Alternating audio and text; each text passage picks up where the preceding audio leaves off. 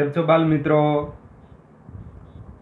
અગાઉ આપણે રેસાથી કાપડ સુધીની અંદર ખાસ કરીને ઊન કઈ રીતે મેળવવામાં આવે છે એમની વાત કરી હતી, જેની અંદર જે ભરવાડ લોકો છે એ ઘેટાઓનું ઉછેર અને સંવર્ધન કરતા હોય છે અને એમને પાળે, એમને ખોરાક આપે, બરાબર. અને ખાસ કરીને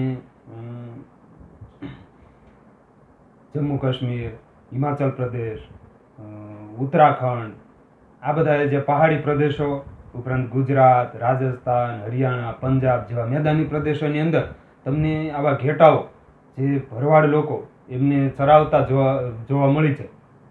અને એમને ખાસ કરીને લીલો ચારો છે એ ખવડાવે, કારણ કે ઘેટા છે એ શાકાહારી પ્રાણી છે, એ આપણે જોયું હતું. એમને અનાજ ખવડાવવામાં આવે, કઠોળનું મિશ્રણ ખવડાવવામાં આવે, ખોળ ખવડાવવામાં આવે, જે બીજમાંથી તેલ કાઢી લીધા બાદ જે વધારાનો પદાર્થ હોય એમને ખોળ કહેવાય, એ પણ એમને ખવડાવવામાં આવે. શિયાળામાં ઘેટાઓ છે ઘરમાં રહે. પછી આપણે ઘેટાઓની અલગ અલગ જાતિઓ જોઈ હતી કે ભારતની અંદર ઘેટાઓ છે એ અલગ અલગ રીતે કેટલીક ભારતીય પ્રજાતિઓ છે એ વિકાસ પામેલી છે, જેમાં લોહી નામનું જે ઘેટું છે એ સારી ગુણવત્તાવાળું ઊન પૂરું પાડે, અને એ રાજસ્થાન અને પંજાબની અંદર તમને જોવા મળે. પછી રામપુર બુશાયર નામનું જે ઘેટું છે એ કથ્થઈ રંગનું ઊન પૂરું પાડે, અને એ તમને સામાન્ય રીતે ઉત્તર પ્રદેશની હિમાચલ પ્રદેશમાં જોવા મળે. એની વાત કરી હતી. નાલી નામનું ઘેટું છે એ ગાલીચાનું ઊન બનાવવા માટે ઉપયોગી છે. બાખરવાલ તો શાલના વણાટ માટેનું ઊન પૂરું પાડે છે, ખાસ કરીને જમ્મુ કાશ્મીરની અંદર વધારે જોવા મળે. મારવાડી, પાટણવાડી, આ બધા ઘેટાથી આપણા ગુજરાતમાં જોવા મળે. મારવાડી ઘેટું જે છે એ 62 ઊન પૂરું પાડે.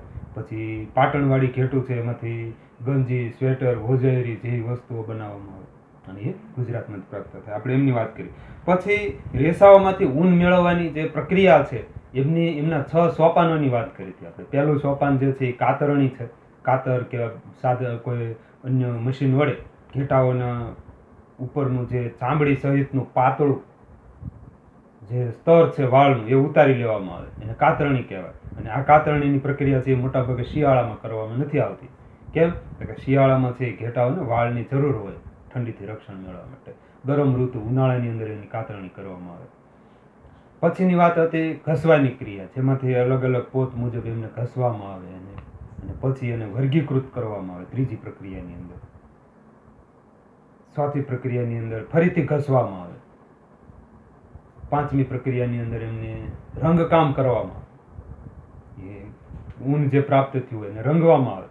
છઠ્ઠી પ્રક્રિયાની અંદર એને ફરીથી કાંતવામાં આવે, જેમ રેંટિયાની મેં વાત કરી હતી એવી રીતે એને કાંતવામાં આવે, અને એમાંથી દોરો તૈયાર થાય, ઊનનો દોરો તૈયાર થાય.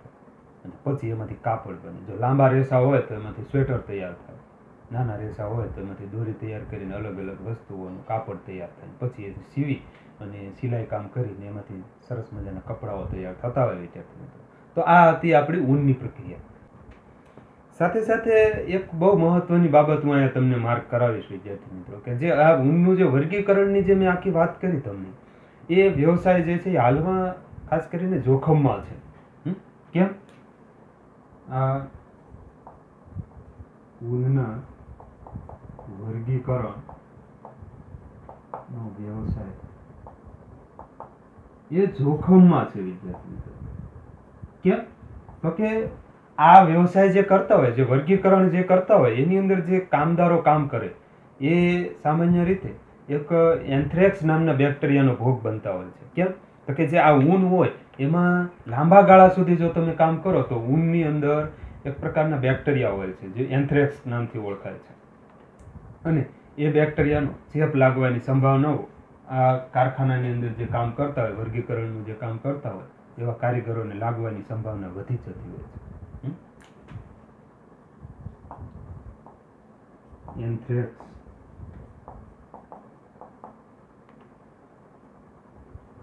એન્થ્રેક્સ નામના બેક્ટેરિયા, બરાબર, એમનો ચેપ લાગવાની સંભાવના વધી છે. અને જો આ ચેપ લાગે વિદ્યાર્થી મિત્રો તો એમને સોર્ટર્સ એટલે કે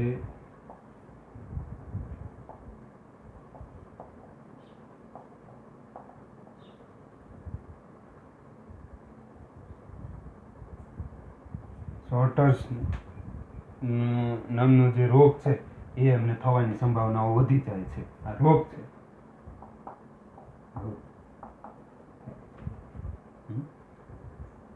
એટલા માટે આ ભારતનો ખૂબ મહત્વનો બિઝનેસ ઉદ્યોગ હોવા છતાં એ જોખમી છે. કેમ?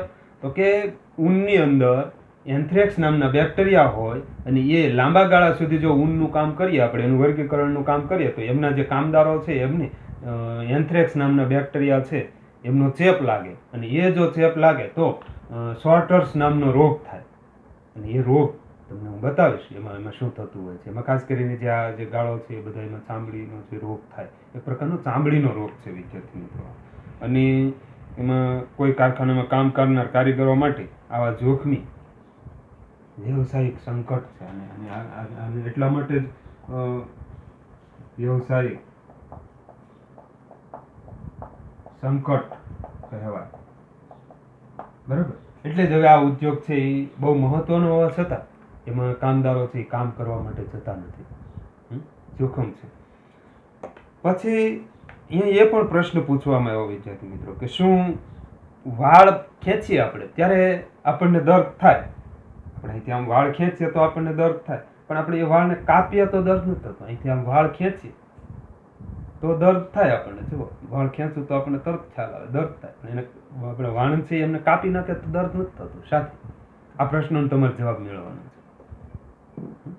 સાથે સાથે એક પ્રશ્નનો એ પણ તમે જવાબ મેળવો કે તમે તમારા મમ્મી પપ્પા સાથે કે ઘરે તમારા બેન કે ભાઈ સાથે ચર્ચા કરો કે શું આપણે ઘેટાના વાળ કાપી લઈએ એ યોગ્ય છે?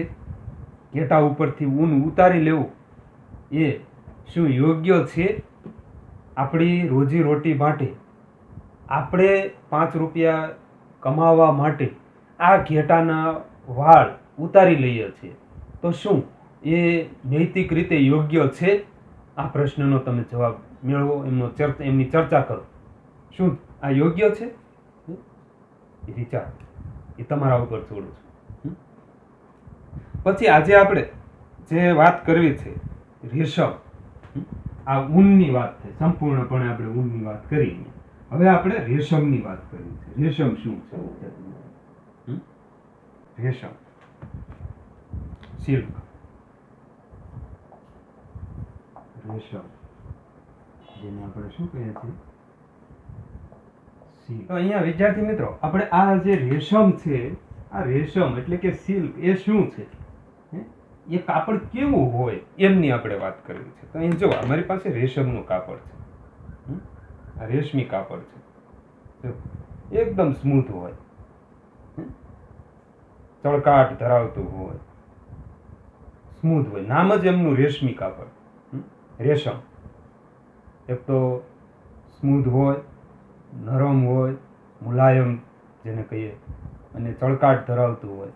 અને લગ્ન પ્રસંગોની અંદર રેશમના કપડાં ખૂબ જ મહત્વના છે. પહેલાંના રાજા મહારાજાઓ જે છે એ પણ આવા રેશમી કપડાં જે છે એ પહેરવું એક પ્રકારનું સ્ટેટસ ગણાતું વિદ્યાર્થી મિત્રો. તો આ રેશમ જે છે એ કઈ રીતે મળે, રેશમ કઈ રીતે આપણને પ્રાપ્ત થતું હોય છે એમની આપણે વાત કરવી છે. તો રેશમ જે છે એ રેશમના કીડામાંથી પ્રાપ્ત થાય. આ રેશમના કીડાનો જે કોશેટો હોય ને, કોશેટો માંથી મળે. અને આ રેશમના કીડાઓની જે ઉછેર કરવાની ક્રિયા છે એમને આપણે સેરી કલ્ચર કહીએ વિદ્યાર્થી મિત્રો. રેશમના કીડાઓના ઉછેર કરવાની પ્રક્રિયા, એ જે વ્યવસાય છે, પ્રક્રિયા વ્યવસાય શું કહેવામાં આવે છે સામાન્ય રીતે? સેરીકલ્ચર. ખ્યાલ આવે છે વિદ્યાર્થી મિત્રો? એમને સેરીકલ્ચર કહેવામાં આવે વિદ્યાર્થી મિત્રો. તો આ શું છે? તો કે રેશમના કીડાઓ ઉછેરવાની જે આખી પ્રક્રિયા છે, એનું જે ફાર્મ હોય, એ જે બિઝનેસ વ્યવસાય છે, એમને શું કહેવામાં આવે? સેરીકલ્ચર કહેવામાં આવે. જેમ આપણે અનાજ ઉગાડીએ તો એમને ખેતી કામ કહીએ આપણે. એવી જ રીતે અલગ અલગ મધમાખીનો ઉછેર કરતા હોય તો એમનું પણ અલગ નામ છે વિદ્યાર્થી મિત્રો. તો એવી જ રીતે અહીંયા સેરીકલ્ચરની વાત કરવામાં આવે. તો આ સેરીકલ્ચર વડે જે રેશમ પ્રાપ્ત કરવામાં આવે, તો આવું રેશમ તમારા મમ્મી પપ્પા કાકા કાકીને તમે પૂછો તો ખ્યાલ આવે. એમને તમે પૂછો કે રેશમ કયા કયા પ્રકારનું છે આપણા ઘર પર, રેશમના કપડાઓ તમે પરિચય મેળવો, જેથી કરીને આપણા પાઠને સમજવામાં ઘણી બધી સરળતા ઊભી થશે. તમારા જ ઘર ઉપર તમને અલગ અલગ પ્રકારના રેશમ મળી જશે. કોઈ એવું લાગે જો નજીકમાં કોઈ તમારી પાસે કપડાની શોપ હોય નજીકમાં, તો એ શોપની મુલાકાત લ્યો અને એમાં તમને આવા અલગ અલગ પ્રકારના રેશમી કપડાઓ જોવા મળશે. બરાબર? જેથી કરીને ખ્યાલ આવે. હવે આપણે રેશમના કીડાની જીવન ગાથા સમજવી છે. આ રેશમના કીડામાંથી રેશમ મળે છે, પણ કઈ રીતે મળે છે? શું એ કંઈક કપડાનો અલગથી એક ટાંકો બનાવીને આપી દે છે કીડા? તો કે ના, એ રેશમના કીડામાંથી રેશમ મેળવવામાં કેમ આવે છે એ સમજવું છે. અને તો એ સમજવું હોય તો સૌપ્રથમ આપણે રેશમનો કીડો શું છે એ સમજવું પડે.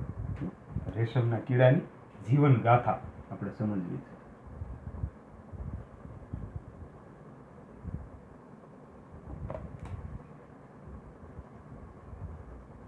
રેશમના કીડાની જીવન ગાથા, બરાબર, એ આપણે સમજવી છે. આ રેશમનો કીડો છે એમની જીવન ગાથા. કારણ કે રેશમનો કીડો છે એ રેશમ આપે છે, પણ સૌપ્રથમ તો રેશમના કીડા વિશે તો આપણને ખબર હોય છે. ચાલો આપણે રેશમના કીડાનો પરિચય કરીએ. તો રેશમનો કીડો છે એ સામાન્ય રીતે 4 અવસ્થામાંથી પસાર થાય. કઈ કઈ અવસ્થા છે? સામાન્ય રીતે પહેલા ઈંડો આપે, પછી એમાંથી ડીંબ બની, પછી પ્યુપા બની, અને પછી રેશમનું પતંગિયું બને. મિત્રો એમની 4 અવસ્થા એ લખી લઈએ અહીં. 4 અવસ્થા. એક તો ઈંડું, પછી બીજું ડીંબ, પછી ત્રીજું પ્યુપા, અને ચોથું પતંગિયું. આ 4 અવસ્થામાંથી જ્યારે આ રેશમનો કીડો આખો પસાર થાય તો એને આપણે રેશમના કીડાની જીવન. હવે આપણે આ ઈંડું, ડીમ, પ્યુપા અને પતંગિયું, આ જે 4 અવસ્થા છે રેશમના કીડાની, એ એમની જીવન ગાથા આપણે જોઈ રહ્યા છીએ. એમાંની પહેલી અવસ્થા જે છે એ ઈંડું છે. ઈંડું તો કે રેશમના પતંગિયાની પ્રથમ અવસ્થા છે. બરાબર? અને એ સામાન્ય રીતે આ રેશમનું જે પતંગિયું છે, રેશમનું પતંગિયું એ શેતુરના પાન પર ઈંડા મૂકે. બરાબર? ઘણા બધા હોય આવું. કોઈ શેતુરનું જે પાન હોય, પાન, હું સમજાવીશ પછી તમને. એમાં આવા ઘણા બધા ઈંડા મૂકે. આ ઈંડા છે, ટપકા જે છે ને એ ઈંડા છે. એવા ઘણા બધા ઈંડા મૂકે, અને એ એમની પ્રથમ અવસ્થા છે. પછીની જો બીજી અવસ્થાની વાત કરીએ તો ડીમ.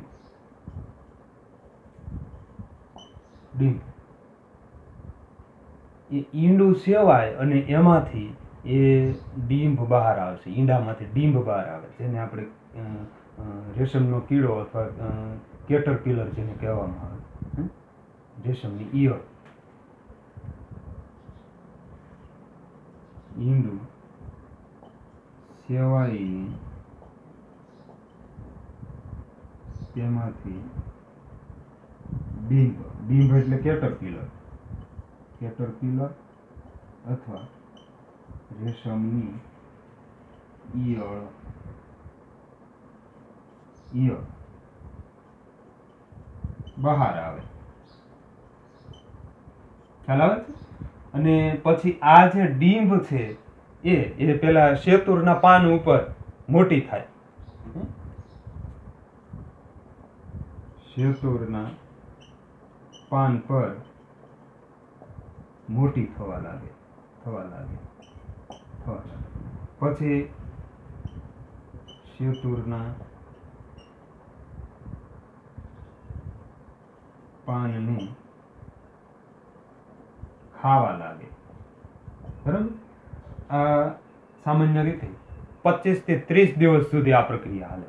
25 થી 30 દિવસ સુધી આ શેતુરના પાનને ખાઈને ઈયળ છે એ સુષુપ્ત થઈ જાય.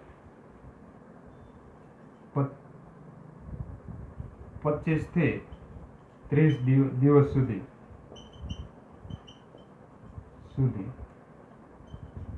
આ ડીંભ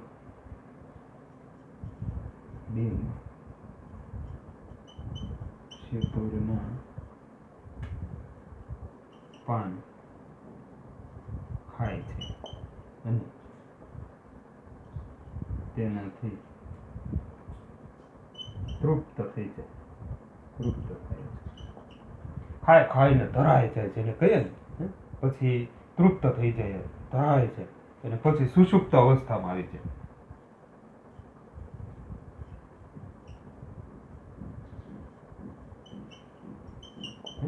પછી એને ખાવાની જરૂર નથી રહેતી વિદ્યાર્થી. કોને? તો કે ડીંભની. કેમ? તો કે શેતુરનું પાન ખાધા જ કરે, ખાઈને પછી આપણે ઘરે પણ ખાઈએ, કેટલું ખાઈએ, ધરાઈ જઈએ. આ એવું થઈ જાય. કેટલા દિવસ સુધી ખાય? તો કે 25 થી 30 દિવસ સુધી એ ખાય. પછીની જે અવસ્થા છે એ પ્યુપા છે, અને હું ભૂસી નાખીશ વિદ્યાર્થી મિત્રો.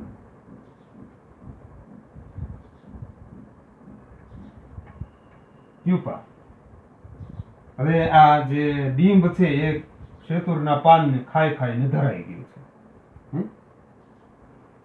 બરાબર? પછી ની અવસ્થા એટલે પ્યુપા, ત્રીજી અવસ્થા પ્યુપા. એમાં શું થાય? તો કે સુષુપ્ત કેટરપિલર જે છે એ એની ત્રીજી અવસ્થામાં પ્રવેશ કરે અને તેમાં એ પોતાના માથાને અંગ્રેજીનો જે આંઠડો હોય ને એ આકારમાં એક છેડાથી બીજા છેડા સુધી લઈ જાય. પછીની જે અવસ્થા છે એમાં કેટરપિલર સુષુપ્ત અવસ્થામાંથી આ અવસ્થામાં આવે છે. એમાં શું કરશે આ પ્યુપા આ અવસ્થામાં? તો કે કેટરપિલર જે છે એ પોતાના માથાને અંગ્રેજીનો આંઠડો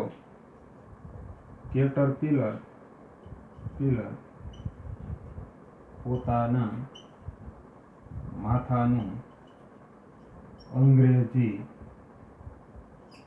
આંઠડાના આકારે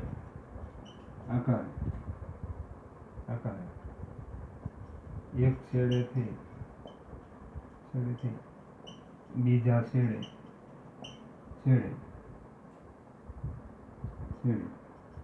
લઈ જાય છે.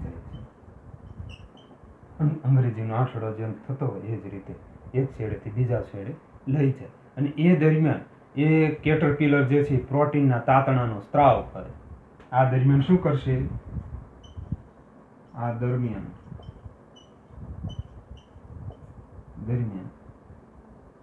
તે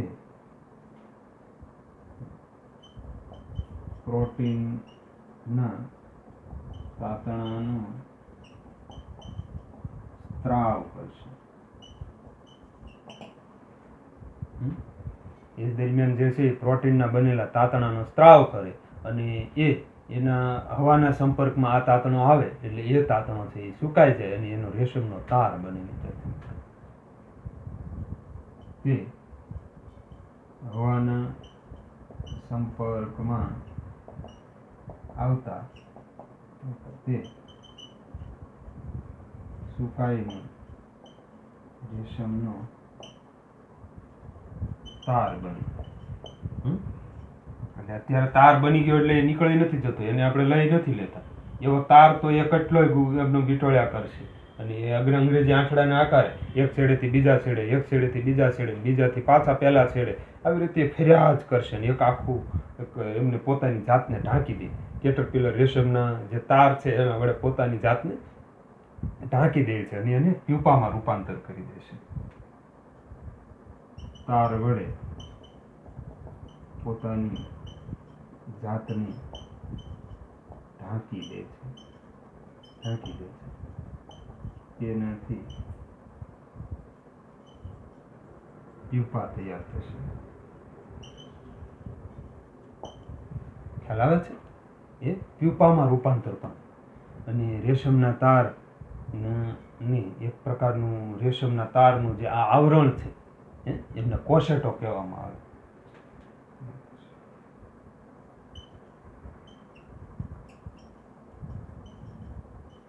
હા, આવરણનું કોશેટો કહેવાય. ખ્યાલ આવે છે? અને આ જે કોશેટો જે છે એ આપણે ચોથી જે અવસ્થા છે એમાં જોઈએ આપણે તો અહીંયા જ લખી નાખીશું વિદ્યાર્થી મિત્રો, અને ભૂસી નાખું. પ્યુપાની અવસ્થા બાદ શું થશે ચોથી અવસ્થામાં? આજે હવે કોશેટો તો બની ગયો છે. હવે આ કોશેટામાંથી શું બનવાનું છે એ જોઈએ આપણે. ચોથી અવસ્થા તો કે પ્યુપાનો હવે પછીનો જે વિકાસ જે છે એ કોશેટોની અંદર જ થાય, અને કોશેટોમાં જે છે એ પ્યુપાલ જે છે એ વિકાસ પામે અને એમાંથી પતંગિયા સ્વરૂપે કોશેટોને તોડી અને બહાર આવે. રેશમનું પતંગિયું પ્યુપાનો હવે પછીનો વિકાસ પેલા કોશેટો કીધો ને આપણે, કોશેટોમાં થાય છે. આ પ્યુપા જે ત્રીજી અવસ્થા એ જે છે એ પેલો જે કોશેટો બન્યો એની અંદર જ વિકાસ પામવા લાગ્યો. લગભગ 3 થી 4 અઠવાડિયા સુધી એમની અંદર એ વિકાસ પામ્યા કરે, અને પછી એની અંદરથી વિકાસ પામી અને રેશમનું પતંગિયું બની જાય. પ્યુપા રેશમનું પતંગિયું બની કોશેટો તોડી પછી બહાર આવે. કેટલું સિમ્પલ છે. એ બહાર આવ્યા પછી એ પતંગિયું છે પાછું ઉડી જાય, પાછું વિકાસ પામે, પાછા ઈંડા આપે, પાછું ડીમ બને, પાછું પ્યુપા બને, પાછું કોશેટો, એમાંથી પતંગિયું. આ રીતે એમનો વિકાસ થાય. આ રીતે એ એમનો વંશ વહેલો જે છે કહીએ ને આપણે એ રીતે પાંગરતો હોય છે. તો તમને અહીંયા મેં રેશમ મેળવવાની પ્રક્રિયા નથી કીધી. જે રેશમ મેળવવા માટે જરૂરી જે રેશમનો કીડો જોઈએ, આ કીડાની જીવન ગાથા સમજાવે છે. આ રેશમના કીડાની જે આખી એમની લાઈફસ્ટાઈલ છે એ સમજાવે છે. રેશમ મેળવવાની પ્રક્રિયા નથી કીધી. એ આપણે હવે પછીના સેશનની અંદર સમજવાના છે. અત્યારે માત્ર આપણે રેશમનો કીડો શું છે એમની વાત કરીએ. તો રેશમનો કીડો છે એ રેશમનું પતંગિયું, પતંગિયા જોયા છે ને, બટરફ્લાય, એ રેશમનું પતંગિયું કોઈ ચેતુરનું વૃક્ષ હોય, એમના પર્ણ હોય, એમના ઉપર બેસે અને એ પર્ણ ઉપર એમના ઈંડા મૂકે. એ ઈંડા મૂક્યા પછી આ ઈંડા છે એ પતંગિયું તો જતું રહ્યું, હવે ઈંડા છે એ સેવવામાં આવે, અને સેવાય એટલે શું થશે? એ ઈંડામાંથી ડીંભ બહાર આવે. ડીંભ એટલે કેટરપિલર અથવા ઈયળ, અને એ ઈયળ છે કેટરપિલર ઈયળ, રેશમની ઈયળ, એ પેલા એને ખોરાક તો જોશે ને. પછી બહાર આવ્યા પછી તમે નાના છો તો તમારે ખાવા જોઈએ કે નહીં? એમ પેલા ડીંભને પણ ખાવા જોશે, કેટરપિલરને ખાવા જોઈએ, અને એ પેલા શેતુરના જે પાન છે એ ખાવા લાગે. એટલું ખાય, ખાવા બેસે એટલે પછી એને ખબર જ ન પડે કે હવે બંધ થવું. એટલા પાન ખાય કે પર્ણને ખાય છે આ બધા કેટરપિલર સવા કરી છે. અને એટલું બધું ખાય કે એ કેટરપિલરથી ધરાઈ જાય, સુષુપ્ત થઈ જાય, હવે એમને જરૂર નથી ખાવાની. પછી શું કરશે? નવીરું મગજ શેતાનનું કારખાનું, એને કંઈક કામ તો કરવું પડશે. એટલે એ કેટરપિલર જે છે એ અંગ્રેજી આંઠડો જેમ હોય એવી રીતે એક છેડેથી બીજા છેડે, એક છેડેથી બીજા છેડે, બીજા છેડેથી પાછો પહેલા છેડે, પહેલા છેડેથી બીજા છેડે, આ રીતે અંગ્રેજી આંઠડાના આકારે પોતાનું માથું છે એ ધૂણાવતો જશે ને જતો રહેશે, આવે ને જાય, આવે ને જાય. અને એ દરમિયાન એ પ્રોટીનનો સ્ત્રાવ કરે, પ્રોટીનના તાતણાનો સ્ત્રાવ કરે. આ સ્ત્રાવ જે છે એ હવાના સંપર્કમાં આવે એટલે એ સુકાય છે અને એનો એક તાતણો બને. અને આવા તાતણા છે વારંવાર અંગ્રેજી આંઠડા આકારે એ ઘુમાવતો રહે, એના કારણે એક પ્રકારનો કોશેટો તૈયાર થાય. અને આ કોશેટાની અંદર એ પોતાની જાતને પૂરી દે, અંદર પેક થઈ જાય. અને એક સમય એવો આવશે પછી એ લગભગ 4 થી 5 અઠવાડિયા સુધી એની અંદર વિકાસ પામશે. અને પછી જે એ પેલી ઈયળ હતી ને અંદર પુરાઈ ગયેલી કેટરપિલર, એ કેટરપિલર જે છે એ એક પ્રકારનું પતંગિયું બની જશે અંદર, એને પાંખો આવી જશે અંદર પુરાઈ ગયા પછી. અને એ કોશેટોને તોડી અને બહાર આવે અને પાછું એ પતંગિયું બની અને હવામાં વિહરવા લાગે. અને એ રીતે એમનું ફરીથી પાછું એ પતંગિયું છે, માદા પતંગિયું હોય એ પાછું એમનું ઈંડા આપે અને પાછા નવા બીજા કોશેટો તૈયાર થાય. આ એની આખી જીવનગાથા છે. ચાલો એમને આપણે વિડીયોગ્રાફી દ્વારા સમજીએ. અહીં રેશમના કીડાની જીવનગાથાની જો વાત કરીએ તો સામાન્ય રીતે એ 4 અવસ્થામાંથી પસાર થાય. એક ઈંડું, ડીમ, પ્યુપા અને રેશમનું પતંગિયું. ખાસ કરીને પહેલી અવસ્થા જે છે એ ઈંડું છે. તો ઈંડાની અંદર રેશમના પતંગિયાની આ જીવન ચક્રની પ્રથમ અવસ્થા ગણવામાં આવે. અને તેની અંદર એ જે રેશમનું પતંગિયું છે એ શેતુરના પાન ઉપર ઈંડા મૂકે. અને પછીની બીજી અવસ્થા શરૂ થાય કે ડીમ. એ ઈંડું સેવાય ને તેમાંથી ડીમ્બ એટલે કે કેટરપિલર અથવા રેશમની ઈયળ કહેવામાં આવે છે. ડીમ્બ તે શેતુરના પાંદડા ખાય અને ખૂબ મોટી થઈ જાય અને 25 થી 30 દિવસ સુધી શેતુરના પાન ખાધા જ કરે.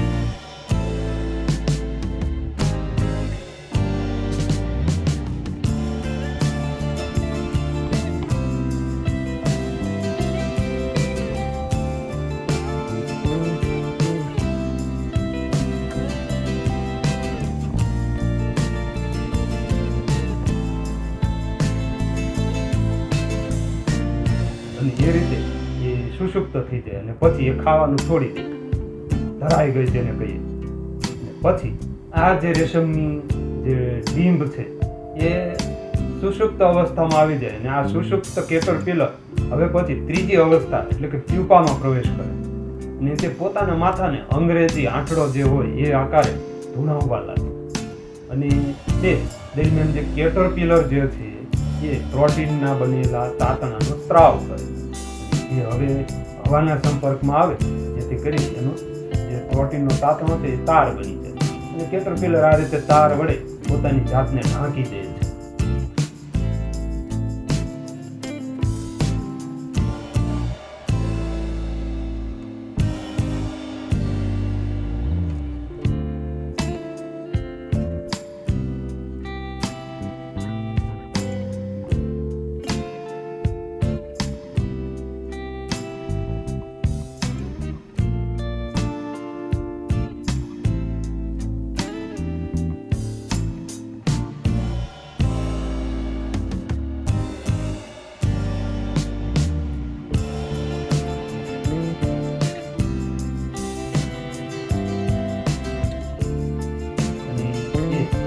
પ્યુપામાં રૂપાંતર થયું. એ પ્યુપા છે એ આ રેશમનો જે કોશેટો જે છે એમની અંદર સમાય છે, અંદર એ ઢકાય છે. આ જે પ્યુપા છે એ એની ઉપરનું જે આવરણ છે આખું એને કોશેટો કહેવામાં આવે છે. આવા કોશેટો એની અંદર જ હવે ચોથી અવસ્થા રેશમનું પતંગ એ આ જે પ્યુપા છે કોશેટો એની અંદર વિકાસ પામે, અંદર ઢકાઈ ગયેલો છે. એ એક સમય આ પ્યુપા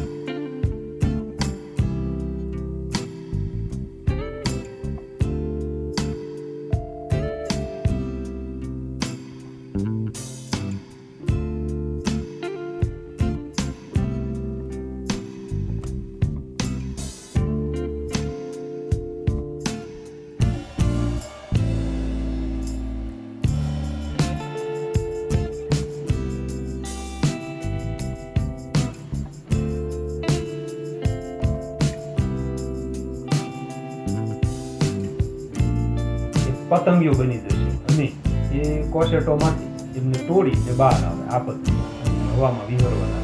ફરીથી આ જ પ્રક્રિયા થાય. તો આ રેશમના જે પતંગિયો છે, રેશમનો કીડો છે, એની જીવનગાથા હતી.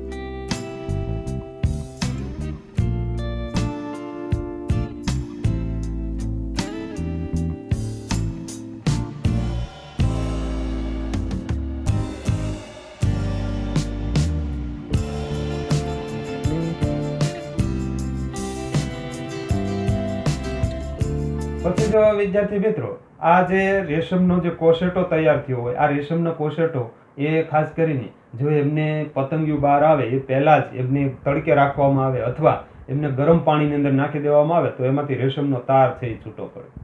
આ રેશમનો તાર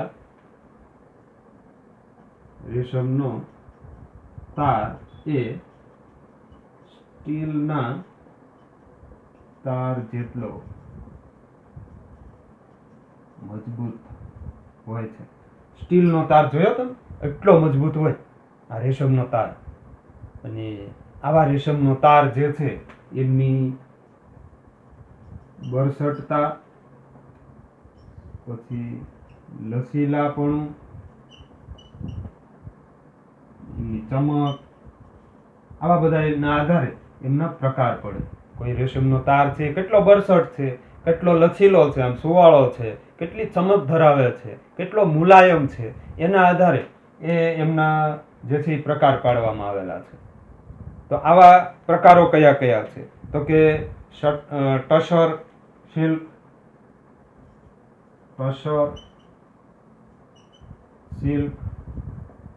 પછી મુગા સિલ્ક,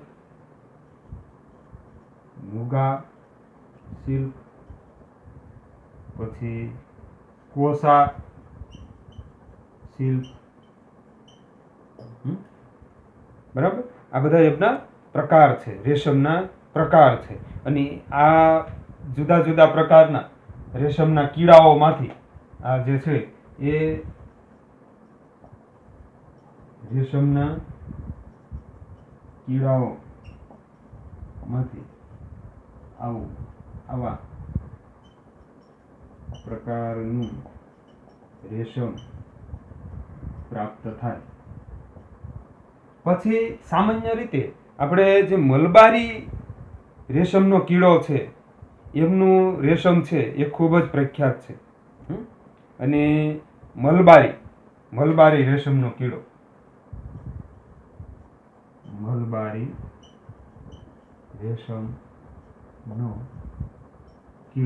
આમાંથી જે રેશમ મળે છે એ રેશમ મુલાયમ હોય છે. મુલાયમ હોય, પછી ચમકદાર હોય, લચીલાપણું હોય છે. મુલાયમ હોય, ચમકદાર હોય, પછી લચીલાપણું. આ બધા ગુણ જે છે આ મલબારી રેશમનો કીડો જે છે એમાંથી જે રેશમ પ્રાપ્ત થાય એ રેશમમાં સામાન્ય રીતે આ બધા જ ગુણો હોય છે. એટલે આ જે મલબારી રેશમ છે એ ખૂબ જ પ્રખ્યાત છે. આ પ્રખ્યાત છે, ખૂબ મહત્વ છે. બરાબર. અને એ જુદા જુદા રંગમાં એમને રંગી પણ શકાય છે, અને તેને જુદા જુદા રંગમાં રંગી શકાય.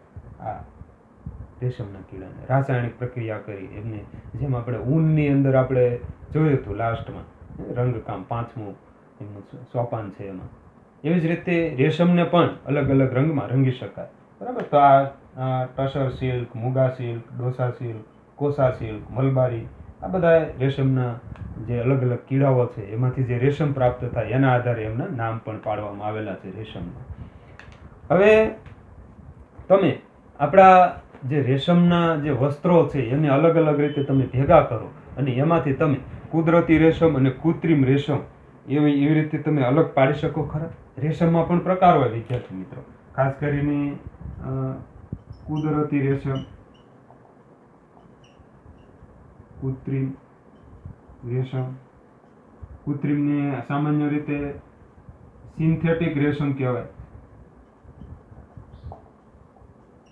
રાસાયણિક પ્રક્રિયાને અંતે જે રેશમ તૈયાર થાય એ આ કૃત્રિમ રેશમ કહેવાય વિદ્યાર્થી મિત્રો.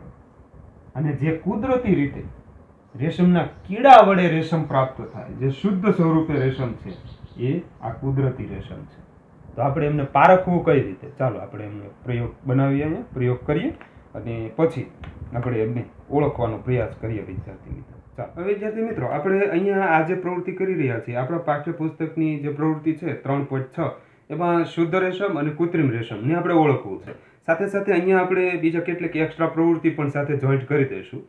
આ પ્રવૃત્તિ કરવા માટે આપણે શું કરવાના છીએ એ તમને જણાવી દઉં કે એના માટે મેં અહીંયા અલગ પ્રકારના આ જે કુદરતી બધા કાપડના પ્રકારો છે એ અહીંયા લીધા છે. અહીંયા કૃત્રિમ છે, પણ આ કૃત્રિમ ને કુદરતી કઈ રીતે બે અલગ તારવા છે એ સમજવું છે. એના માટે હું સૌપ્રથમ એક મીણબત્તી છે એને સળગાવીશ વિદ્યાર્થી મિત્રો.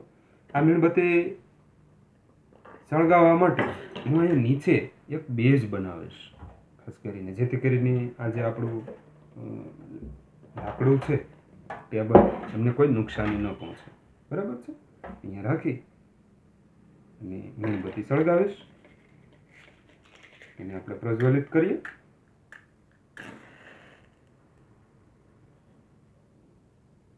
એક ચીપિયાની આવશ્યકતા છે, તો મેં એક ચીપિયો લીધો છે અને એક કાતર. બરાબર, આને હું સાઈડમાં મૂકી દઈશ. હવે સૌ પ્રથમ આપણે એ ચેક કરવું છે કે કાગળ બળે ત્યારે વાસ કેવી આવતી હોય છે. કાગળ ચીપિયા વડે પકડાવીએ, સળગાવીએ, નાનો કાગળનો ટુકડો લઈએ, કેવી વાસ આવે છે. બહુ કોઈ અતિશય દુર્ગંધ આવતી નથી, સિમ્પલ રીતે નોર્મલી રીતે વાસ આવે છે કાગળ બળતો હોય એવી. બરાબર છે. આપણે સાઈડમાં મૂકી દઈએ. પછી અહીંયા રૂ લઈશું આપણે. રૂ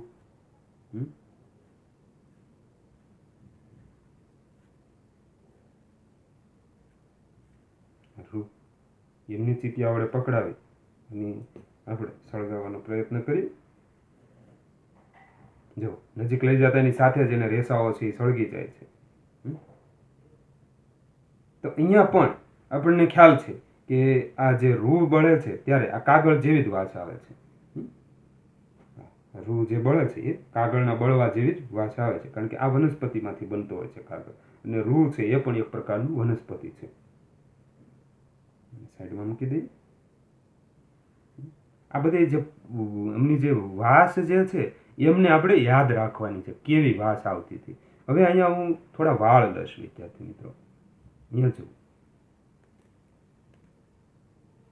વાળ છે, આ વાળને હું ચીપિયા વડે પકડાવીશ અને એમને નજીક લઈ જાઉં છું. અહીંયા જુઓ શું થાય છે. આ વાળ છે ને એ નજીક લઈ જતાની સાથે જ એક એમનો આમ ગૂંગો થાય છે, અને એ ગૂંગા થતાની સાથે જ સળગવા લાગે છે. અને એ વાળ જ્યારે સળગે ત્યારે જ્યારે માંસ સળગતું હોય ને વિદ્યાર્થી મિત્રો, માંસ, મીઠ, એની જેવી વાસ આવે છે. જો વાળને જ્યારે તમે સળગાવો ત્યારે એક અતિ તીવ્ર, જે આપણે નાકે ધરી પણ ન શકીએ એવી દુર્ગંધ આવે છે. જો ગૂંગા સાથે સળગી જાય છે અને એમની રાખ થઈ જાય છે.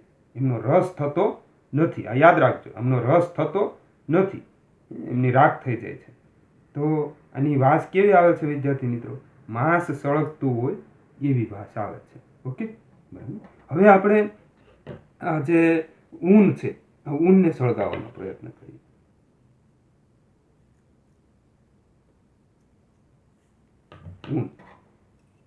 ઊન પણ એ કેવી છે? પ્રાણીજન્ય પેદાશ. એમને સળગાવીએ તો જો ઊનમાં પણ એવું છે, એ ગુંગા સાથે એમને સળગે છે અને એમનો રસ થતો નથી, પરંતુ જે પેલું આ વાળ સળગાયું હતું અને એમાં જે ગંધ આવતી હતી એવી જ વાસ અહીંયા આવે છે. કેમ? તો કે ઊન પણ એક પ્રાણીજન્ય પેદાશ છે અને વાળ પણ એક પ્રાણીજન્ય પેદાશ છે. બરાબર, એટલે વાળ સળગતા હોય એવી જ વાસ આવે છે અને એની રાખ થઈ જાય છે. બરાબર, એનો રસ થતો નથી.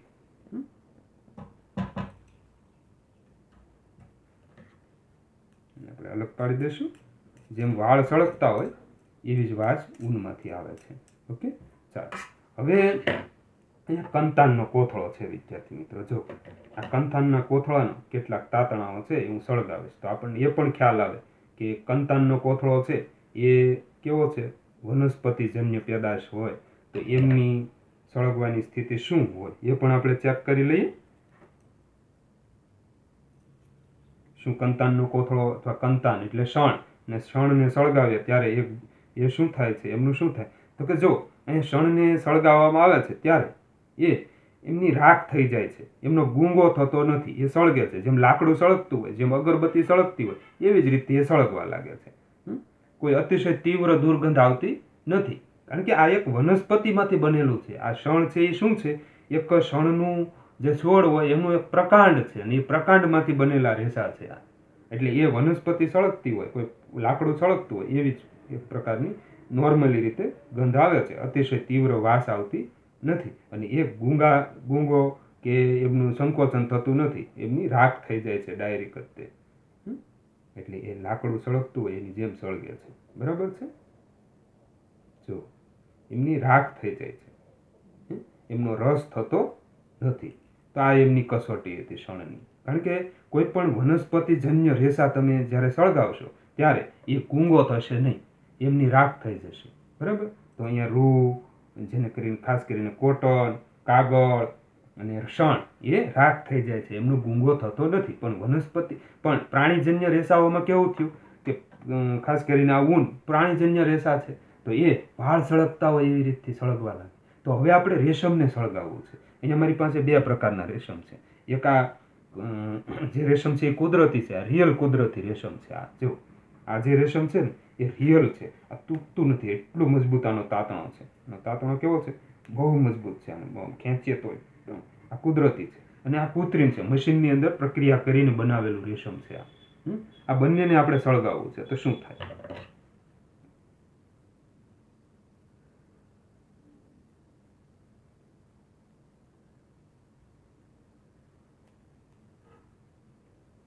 જો પહેલા આપણે કુદરતી રેશમને લઈએ.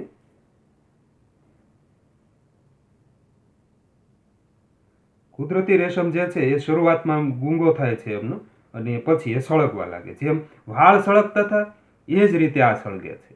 અને પછી એ તમે જુઓ, પેલા વાળ જે સળગતા હતા જે ગંધ આવે છે એવી જ ગંધ અહીંયા આવે છે. આમનો રસ થતો નથી. જો હું ટચ કરું તો એમનો રસ થતો નથી, કારણ કે આ કુદરતી રેશમ છે વિદ્યાર્થી મિત્રો. કુદરતી રેશમમાં રસ થતો નથી. અહીં તમે જોઈ શકો, અહીંયા રસ મળતો નથી. અને એ વાળ સળગતા હતા એવો આ જે વાળ સળગવાની જે ગંધ આવતી હતી એવી જ ગંધ આવે છે. કારણ કે આ એક પ્રોટીનનો તાતણો છે. અને જ્યારે પ્રોટીન સળગે વિદ્યાર્થી મિત્રો, ત્યારે એ જે છે એની અતિશય ગંધ આવતી નથી. હવે આપણે આ કૃત્રિમ રેશમને સળગાવીને જોઈએ. એમનો એક નાનકડો એવો ટુકડો અથવા એનો રેસો આપણે સળગાવી શું થાય છે? અહીંયા જો વિદ્યાર્થી મિત્રો, કૃત્રિમ રેશમને જ્યારે સળગાવવામાં આવે છે ત્યારે શું થાય છે? એ પણ પેલા વાળની જેમ સળગે છે, પરંતુ અહીંયા તમે નિરીક્ષણ કરો તો ખ્યાલ આવશે, એમનો રસ થવા લાગ્યો છે. જો ચીપકી ગયું છે, કારણ કે એમનો રસ થાય છે વિદ્યાર્થી મિત્રો. જો રસ થાય છે. જો કેમ? તો કે એ કૃત્રિમ છે, એનામાં એક પ્રકારનું સિન્થેટિક ગુણ છે. એટલે એ સિન્થેટિક રેસાઓનો જ એક પ્રકાર છે કૃત્રિમ રેશમ. એટલે એ સામાન્ય રીતે આમ ગુંગા સાથે સળગશે, એમનો ગુંગો થાય છે. કારણ કે સિન્થેટિક પદાર્થ જે કોઈ છે એમનો ગુંગો થશે વિદ્યાર્થી મિત્રો, એમનો રસ થશે. જો રસ થયો છે, પણ આ કુદરતી રેશમ છે એમાં રસ થશે નહીં. એ ગુંગા સાથે સળગે છે, પણ વાળ સળગતા હોય ને એવી વાસ આપે છે આ કૃત્રિમ રેશમ, કુદરતી રેશમ. અને કૃત્રિમ રેશમમાં એવું થતું નથી. બરાબર? તો આ રીતે આપણે અલગ અલગ પદાર્થો ખાસ કરીને એને પારખી શકીએ. અહીંયા જો નાયલોનની દોરી, નાયલોનનો તાર છે તો એ પણ સિન્થેટિક છે. નાયલોનનો તાર પણ આપણે સળગાવી જોઈએ શું થાય છે. કારણ કે સિન્થેટિક વસ્તુ હોય ને વિદ્યાર્થી મિત્રો, એમાં સામાન્ય રીતે એમનો ગુંગો થતો હોય અને રસ બને વિદ્યાર્થી મિત્રો, એનો રસ તૈયાર થશે. આ સિન્થેટિક છે તો તમે જો એમનો રસ થાય, એમાં ટીપા પડે છે, એમાંથી ટીપા પડે. જો અને એમાંથી તમે એમ ધારો ને તો તાંતણો બહાર આવે. જો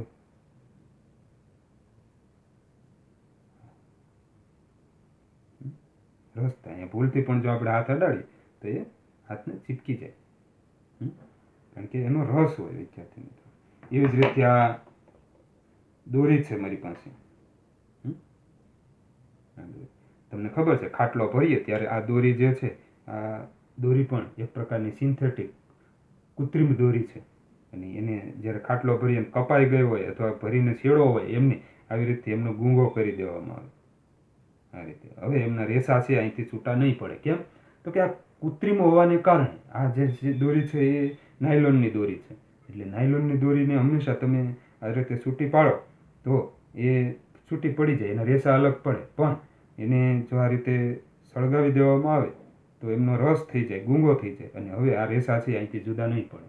બરાબર. તો આ બધા કૃત્રિમ છે અને આ કુદરતી છે. આ રીતે આપણે એમને સળગાવીને એમની ગંધ અને સળગવાની એમની જે સ્થિતિ છે, ગૂંગો થાય છે, સળગે છે, રાખ થઈ જાય છે, એ સ્થિતિ કે રસ થાય છે, એ સ્થિતિ અને એમની ગંધ, એના આધારે આપણે કુદરતી અને કૃત્રિમને અલગ પાડી શકીએ. આ રીતે કાપડની પણ ઓળખ મેળવી શકીએ વિદ્યાર્થી મિત્રો. બરાબર. સિમ્પલ રીતે તમારે આ પ્રયોગ ઘરે કરવાનો નથી વિદ્યાર્થી મિત્રો, કારણ કે એનાથી આગ લાગી શકે. બરાબર. એટલે અને જો તમે આ પ્રયોગ છે એને યાદ રાખો અને અલગ અલગ કાપડને આવી રીતે તમે એનો માત્ર એક તાતણો આમ ખેંચી અને જો તમે સળગાવો તો કોઈ વાંધો નથી. તમારા પેરેન્ટ્સની હાજરીમાં જ આવો પ્રયોગ કરવાનો. બરાબર. એ તમારા માટે. હવે વિદ્યાર્થી મિત્રો, આજનું ગૃહ કાર્ય નોટ કરી લેશો. અહીંયા જે શરૂઆતથી અંત સુધી જે મેં બોર્ડ વર્ક કર્યું છે અથવા કોઈ અગત્યના મુદ્દાઓ હું બોલ્યો છું, એને તમે રફ બુકની અંદર નોટ કર્યા હશે, અને એને તમારે હવે તમારી સાયન્સની બુક અથવા તમારી ફેર બુકની અંદર નોટ કરી લેવાના છે, અને એમનો ફોટો મને તમારે મોકલવાનો છે. સારા અક્ષરે આ બોર્ડ વર્કને તમારે લખી અને મને મોકલવાનો